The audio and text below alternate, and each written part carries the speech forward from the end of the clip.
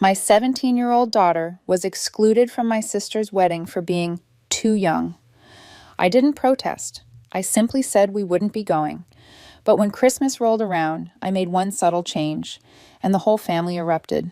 My name is Claire, and I'm the eldest of 3 sisters. Growing up, that meant I had to be the reliable one, the helper, the babysitter, the one who stepped in when our parents were exhausted or preoccupied. I didn't really mind, at least not in the beginning. That's just how things were. Tessa, the middle child, was the entertainer, always drawing eyes and attention. Rachel, the youngest, was the baby of the family, the one who got away with everything. I was the one left cleaning up their messes. As I got older and became a mother myself, some things shifted, though not as much as I'd hoped. I adopted my daughter Maya when she was just 3. She had these wide, solemn eyes and a quiet way of watching everything, like she wasn't sure the world could be trusted. I still remember the first time she called me Mom. I cried in the car after dropping her off at preschool. From day one, I made her a promise that she'd never feel like she didn't belong in our family, that she'd always be wanted. But no matter how hard I tried, I couldn't keep that promise. Tessa got engaged last spring. There was a big announcement, a giant diamond, and an even bigger Instagram post. I congratulated her, of course. Maya even made her a handmade card, cut out little wedding bells, and glued them on with way too much glitter. Tessa said it was sweet, then left it in the backseat of her car. I found it there 2 weeks later, partially crushed beneath a Starbucks cup. Still, Maya was looking forward to the wedding. She started browsing dresses online, asking if she should wear her hair up or down. I could tell she was a little anxious, but there was hope in her eyes. She just wanted to feel part of it. Then the invitation arrived in the mail. It was one of those expensive types, heavy paper, gold trim, the kind you'd expect to cost more than my monthly water bill.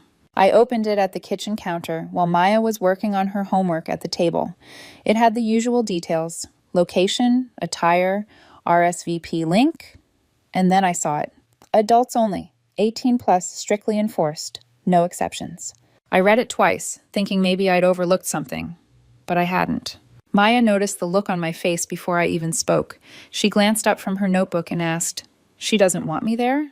I replied, "It's an 18-plus wedding." She went quiet for a moment, then asked, "Is it because I'm adopted?" That question cracked something inside me. She said it so matter-of-factly, like it was just something she'd come to accept. I told her no, of course not, but I understood exactly what she meant. It wasn't the first time something like this had happened. Not this exact situation, but other moments, little comments that slid under the radar. Once, my mom introduced Maya as Claire's girl, never our granddaughter. Tessa would refer to her as your daughter, like she was talking about the kid next door. At family gatherings, Maya would offer to help in the kitchen, and no one would even acknowledge her. I tried to believe it was unintentional, that they didn't mean anything by it, but this time it was clear I didn't fight. I didn't yell. I just went online and clicked, not attending, no explanation, just no.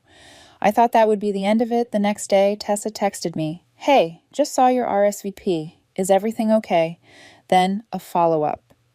If this is about the age thing, I hope you understand we're being super consistent with everyone. Nothing personal, right? Not personal, except that Maya is her niece. And she's 17, not 7. Not 7. I didn't answer then. Rachel messaged me. Tessa said, "You're not coming, like what's going on then?" My mom called. She never calls me just to talk, so I picked up already, bracing myself. "Claire," she said, "I heard you're not going to the wedding." "Is this really about the age limit?" I said. "Why is not invited? I'm not going without her. She's almost 18. My mom said, "It's not like she's a little kid. She's family." There was a pause. "Don't punish your sister over this. It's one night. I didn't argue. I just said, 'We're not going,' and hung up. That should have been it."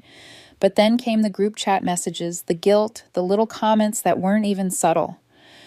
"Rachel can't believe you're making such a big deal over one rule. You always have to cause drama." Maya's not the only one not coming.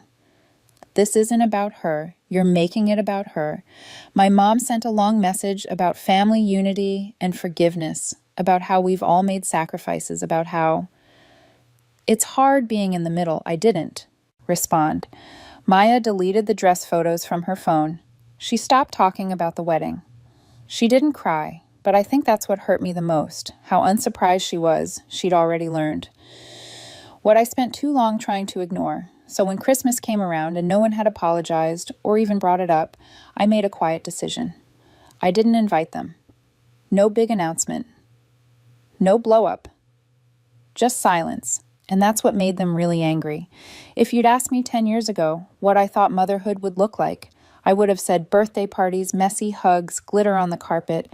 I wouldn't have said trying to protect a child from people who claim to love you both. When Maya came into my life, she was 3 years old and heartbreakingly serious. Big brown eyes, soft curls, and a quiet stare that made you feel like she was memorizing everything you said, just in case she needed it to survive you. She didn't warm up quickly, she didn't giggle on cue, she didn't run into my arms like a movie scene. But when she finally reached for my hand in the grocery store without being asked, I cried in the parking lot for 10 minutes. My husband Ethan was the one who said, "That was the moment she chose you." And I've been choosing her every day since, but my family never quite knew what to do with her. At first, I chalked it up to awkwardness adjusting. Barely. She didn't have my eyes. She didn't carry my last name yet. She didn't jump into conversations at holidays the way the other kids did. But it was more than that. It was the way my mom referred to her as the little one instead of Maya. The way Tessa once asked, "Are you going to tell her she's adopted when she's older?" When Maya was standing right there, the way Rachel's kids got Easter baskets from our parents with personalized names, while Maya got a generic one with a happy spring tag, wasn't overt. It was quieter than that. Softer. Easier to excuse if you wanted to. But Maya noticed. She always noticed. I tried to be patient. I really did. I explained. I redirected. I gave them the benefit of the doubt. When Maya was 6, she told my dad she wanted to be an artist. He smiled and said, "You'll need something more practical than that," when she was 8. She drew a picture of our family, me, Ethan and her, and gave it to my mom. My mom smiled, said thank you, then set it down and never mentioned it again. Maya asked later why it wasn't on the fridge. Like the other cousins' drawings, I didn't know what to say. The first time I really lost my patience was Rachel's engagement party. Maya was 12. Rachel had invited us. We were added to a mass text with a time, date, and venue. No, can't wait to see you. No personal message, but we went anyway because I thought this is how we change it. We keep showing up. Maya wore a pale blue dress and these little silver flats she picked out herself. She was nervous. Kept asking if she looked okay, if she could stay close to me at the party. Rachel greeted us with a tight smile and a hi, then turned to hug the next person without asking Maya anything. No compliment. No, "You look so grown up." Just air. We stayed for 20 minutes, maybe 25. Maya stuck to my side the entire time. On the way home, she said, "I don't think she likes me." I said, "She doesn't know you." She said she's had 10 years and I didn't have an answer for that. The thing is, I don't think they ever fully accepted that Maya wasn't temporary. It's like some part of them thought I'd eventually have a real child. And this would become a sweet chapter, something they could refer to as when Claire fostered that little girl. They never said it out loud. They didn't have to last year. For Maya's 16th birthday, we rented a space at the community center and decorated it with her artwork, her idea. She didn't want some big party with loud music. She wanted to hang her paintings, serve cupcakes, and invite the people who'd supported her. She made the invitations herself, sent them out to family, friends, and a few teachers. Rachel didn't come, neither did Tessa. My parents showed up 30 minutes late and brought a card that said to. A sweet girl with a $20 bill tucked inside. May I thank them? She's always polite afterwards. She didn't say much, just helped clean up, put her canvases back in the car. But later that night when we were home and the dishes were done, I found one of her sketches. It was a drawing of the 3 of us, her, me, and Ethan at the party, but our faces were blank. I think that's when I stopped hoping they'd change, not because of the card, or the late arrival, or the lack of effort, but because it didn't even hurt Maya anymore, not in the same way she'd stopped being surprised. And that scared me more than anything. So when the wedding invitation never came, not even a phone call or a conversation, just a silent exclusion, I knew what I had to do. I didn't beg, I didn't plead or try to negotiate. I simply told Maya we wouldn't be attending. She didn't shed a tear, just nodded quietly and said, "Okay." Later that night, she asked me, "Do you think they even realize we didn't go?" I told her yes, because she needed to feel like she mattered, even if they didn't act like she did. While the wedding weekend unfolded, we stayed home. Ethan made French toast for breakfast. Maya spent the afternoon painting in the sunroom, and I actually finished a book from start to finish. It wasn't an act of rebellion. It wasn't some grand protest. It was simply peace. And honestly, at first it felt foreign. That kind of silence makes you realize just how much noise you've grown used to over the years. I didn't miss the wedding. I didn't find myself wondering about the ceremony or what flowers they chose or whether the cake turned out. I thought about Maya instead, about how for so long she searched for their approval in every conversation, every holiday, every single family gathering, and how, little by little, they taught her not to expect it. Then I thought about the next holiday. For years, I had hosted Christmas out of duty, inviting them, feeding them, pretending their hollow smiles were enough. But this year, I decided not to. This year, I wanted something different. In early December, Ethan asked, "Should I go ahead and order the folding chairs?" I shook my head. No extra seats this time. He didn't question it. Maya didn't either. Then the family group chat lit up with, "Who's bringing dessert to Claire's this year? Should we arrive the night before like usual?" I didn't answer. I just let the messages pile up, unopened. I didn't make an announcement that I wasn't hosting Christmas. There was no dramatic speech, no bold social media post telling everyone to find another place for their passive-aggressive holiday cheer. I just stayed quiet. And somehow that silence became the loudest thing I'd ever done. Around December 15th, the messages started changing tone. Rachel wrote, "Claire, are we still doing Christmas Eve dinner at your place? Let me know what I should bring." Then Tessa chimed in, "We'll be 5 again. Let me know if Maya wants anything specific this year, if she's even going to be there this time." That one nearly broke me. If she's even going to be there this time. Like Maya was the issue. Like she was the one who failed, instead of the one who was deliberately left out. And for the first time in years, I didn't reply. I didn't scrub the house from top to bottom. I didn't pre-order a roast. I didn't haul out the extra folding chairs or drag the big dining table leaf from the garage. And when no one got a response, they started calling. First, it was my mom. I let it ring. Then Rachel. Then Tessa. Then my dad, who left a voicemail. "Claire, we just want to know what's going on. Your mother's upset. It's not too late to do the right thing." The right thing. As if opening my home to people who excluded my daughter was the righteous choice. As if feeding them could somehow fix the things they refused to even name. We didn't host anyone that year. Instead, Ethan and I made lasagna in our pajamas while Maya baked sugar cookies, shapes barely holding together. We stayed in, watched movies, opened presents early. We laughed more than we had in months, and for once, our holiday actually felt like home. No one walked on eggshells. No one had to translate pointed comments. No one got quiet when Maya entered the room. It was just us. And that's when the messages started to change. December 26th. Tessa, in the group chat. "I just think it's sad. We've all tried to welcome Maya, but Claire has made it impossible to connect with her." Rachel.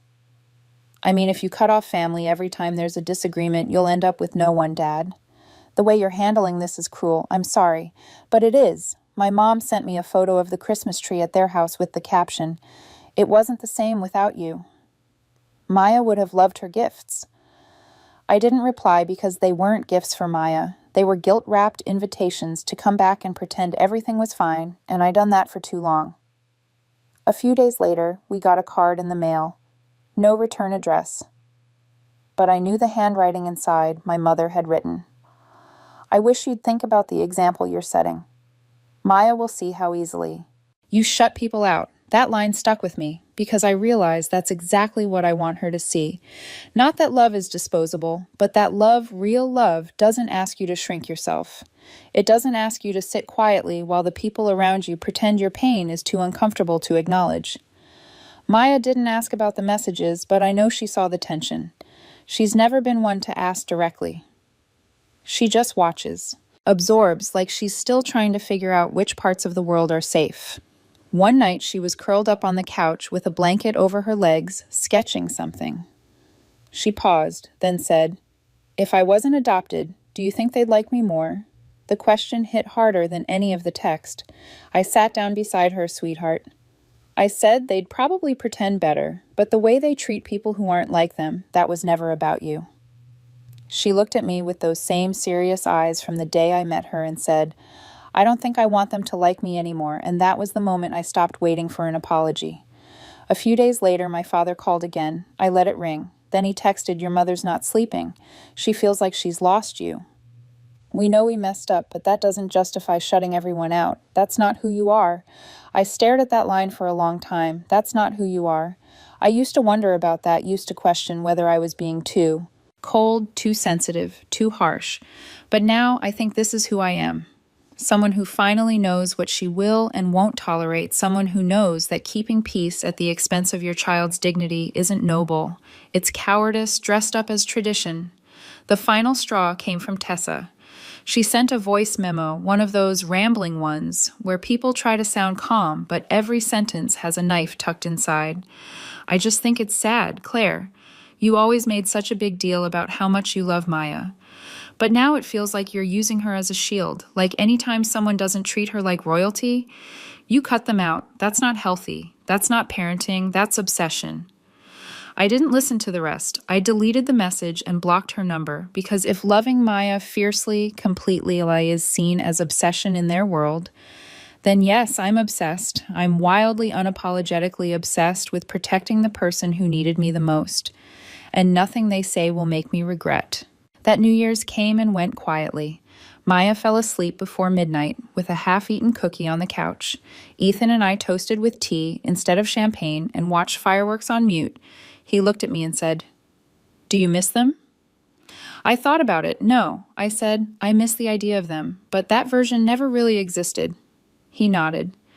Didn't say anything more, just reached for my hand. I don't know what will happen next. I'm sure they'll keep trying people like that. Don't go quietly. There will be more texts, more posts. Maybe one of them will show up at Maya's graduation next year, acting like nothing happened. But I've made my decision. There's no big showdown coming, no dramatic confrontation, just quiet distance. And sometimes that's the most powerful choice of all. It happened on a Thursday, cold, overcast. Quiet. I had just come home from work, still in my coat. When the doorbell rang, I wasn't expecting anyone. Ethan was working late. Maya was upstairs preparing a portfolio project for her college applications. I opened the door, and there they were, my parents standing on my porch like it was still 2007, and we were pretending nothing ever went wrong. My mom had a Tupperware container in her hands. I think they were oatmeal cookies, her specialty, soft in the middle, slightly burnt around the edges. The kind she used to make when I was little. Claire, she said with a breathy little smile. We thought we'd stop by. I didn't say anything at first, just stared at the container in her hands like it might be booby-trapped. My dad shifted beside her. Can we come in just for a minute? No, I said. There was a pause. Surprise, maybe, but not long enough to matter. My mom tried to recover with another warm tone. We just wanted to talk. Things got heated, but we're still your family. She offered the cookies like a peace treaty. I didn't take them. That's when the smile started to falter.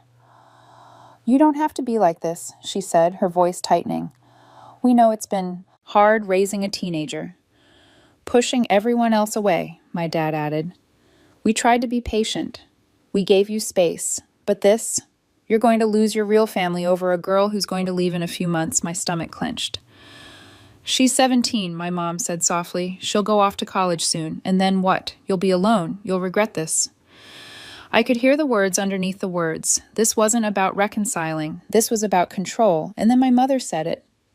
The thing I think she'd always believed, deep down. I'm sorry, Claire, but she's not blood. She's not really one of us. She said it gently, like she was doing me a favor. Like she expected me to nod and say, You're right, I lost my way. Instead, I took a deep breath, stepped back, and said, You need to leave right now.